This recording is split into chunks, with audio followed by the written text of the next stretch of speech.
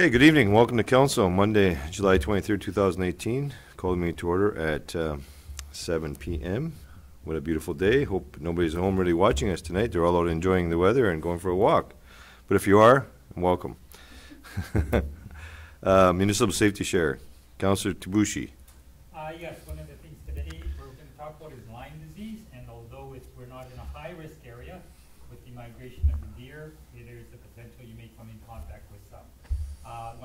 Some of the advice is to wear long pants and long sleeves, tight at the wrists and ankles, and neck if you're hiking in grassy or wooded areas.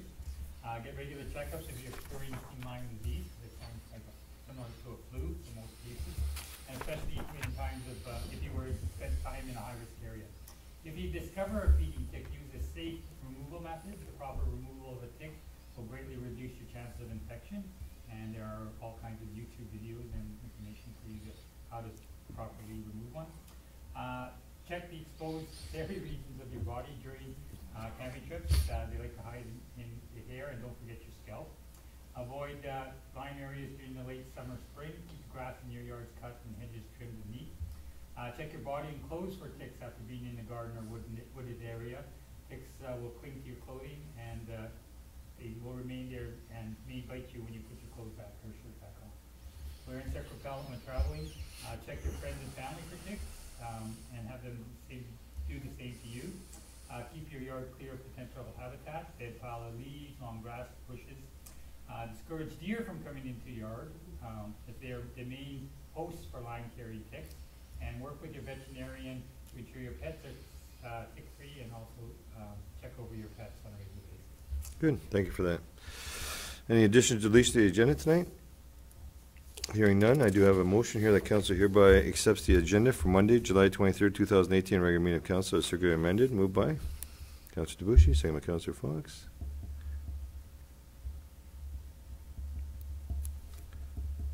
All in favor? Carried, thank you. Any disclosures of interest? Hearing none. I do have a motion here that Council hereby adopts the minutes of the regular meeting of Council held on Monday, June 25th, 2018 as circularly amended. Moved by Councillor Fox, second by Councillor Jingra. Any questions, errors, or omissions? Hearing none, call question. All in favor? Carried, thank you.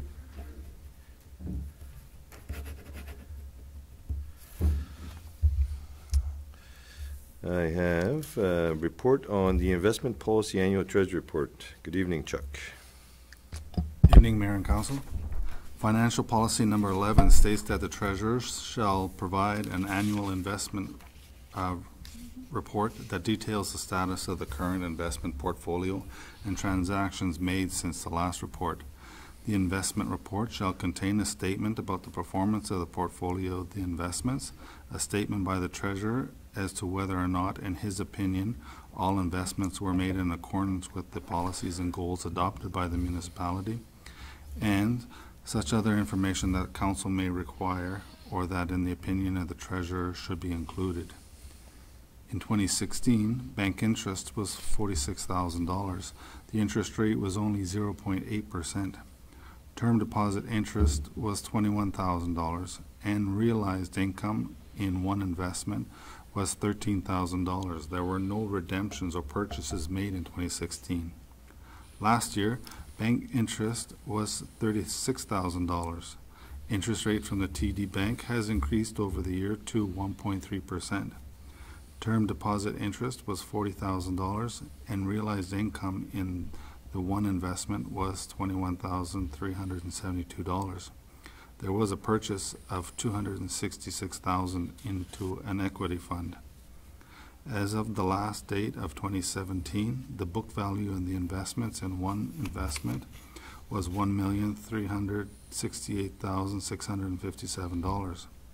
There was $3,826,977 invested in term deposits, and $2,411 in various bank accounts. All investments were made in accordance with the town's investment policy. Reports for Council's information only. Thank you for that report. Any questions, Chuck, on the investments? So check, obviously the interest rates are really weak all over. With the AMO's One Fund investment strategy, is the interest rates favorable, or is there something worth looking at that? Right now, as of June, the bank is giving 1.55%. Right.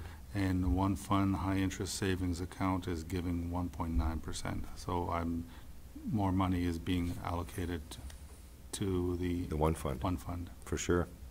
Makes sense. I mean, if you can get more money out of it today with the interest rates the way they are, we're paying what on our loan? 3%? 3%.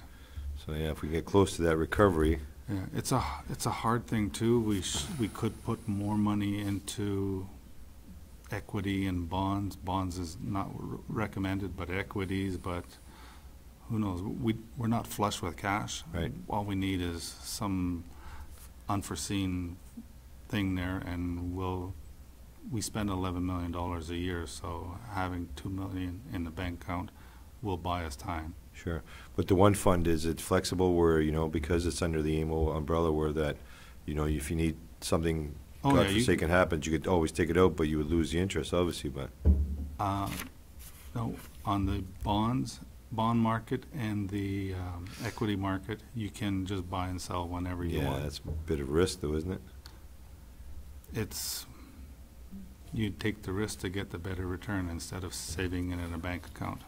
I don't know, under the law, can we even do that? Or do we have to? No, that's why One Fund is administered through the Association of Municipalities of Ontario, and so they've got the term they use right now is prudent investor, and so they can't buy anything below, I think, a AAA. AAA blue chip companies. Correct. Good. Any other questions? Okay, good. So it's some decent returns, but it'd be nice if we can get a little bit more. But of course, if we got a little bit more, we'd be paying a lot more on loan interest as well, right? Right. So thanks for that, Chuck. Okay, check run motions here. That the following check runs be approved for payment. Accounts payable for $800,451.31, and payroll in the amount of $193,791.00. Moved by Councillor Fox, second by Councillor Ingra. Any questions, errors, or omissions? Hearing none. Call the question. All in favor? Thank you.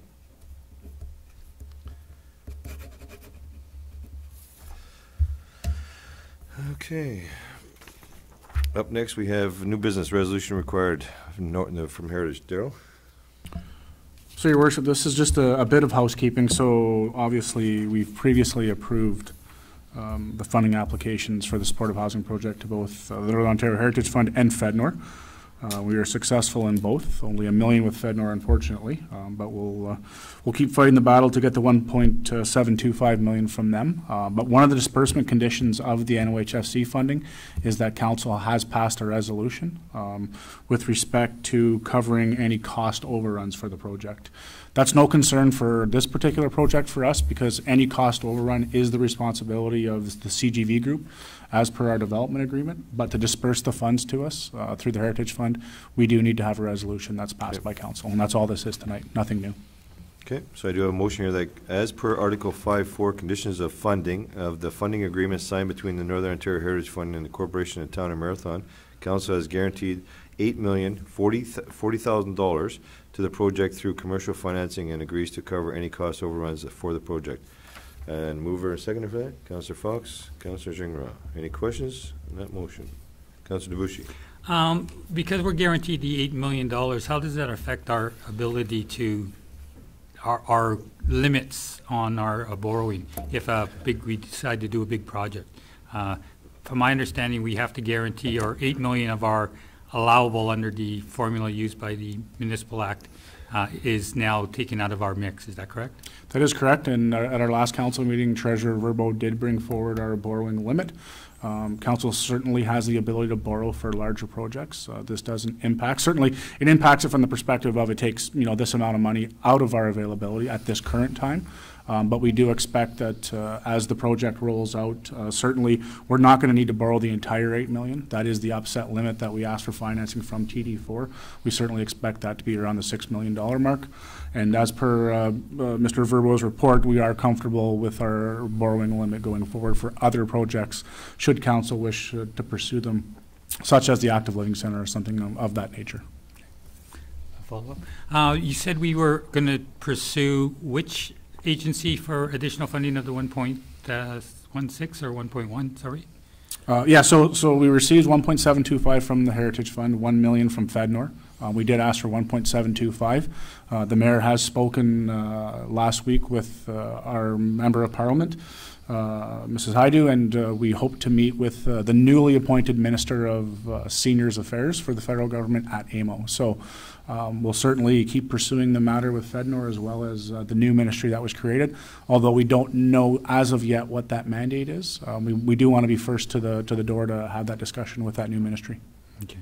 And given the change in government, how do we know how the Heritage Fund status is going to be moving forward? Because there is some talk that that may be in limbo. Right now, we have no details. I do have a call tomorrow morning with our advisor for the Northern Ontario Heritage Fund with respect to our delegation at AMO. So I do expect that our request to meet with Minister Rickford will be granted. So I think at that time, specifically the AMO conference, I think a lot of the mandates for all of the ministries are going to be rolled out.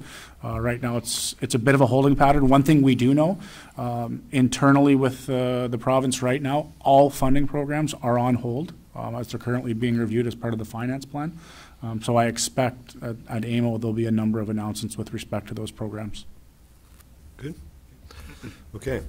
So with that being said, moved by Councillor Fox, second by Councillor Gingrell. All in favor? Carried. Thank you.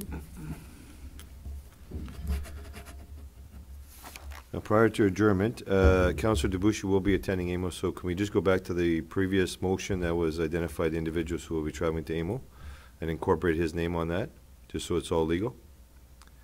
Or do we have to create a new motion for tonight? Okay, so prior to adjournment, could you just write a quick motion that would identify that Councillor Debuchy will be attending? And just so it's covered off for the municipality.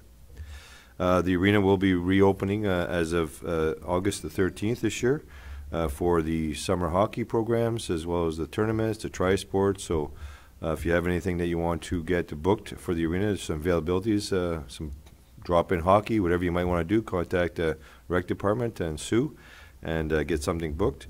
Hopefully we'll have good success with the youth and as well as the adults that play those early times. And it's always nice to have ice in earlier than September, October. So look forward to that. The pool will be opening hopefully first part of September.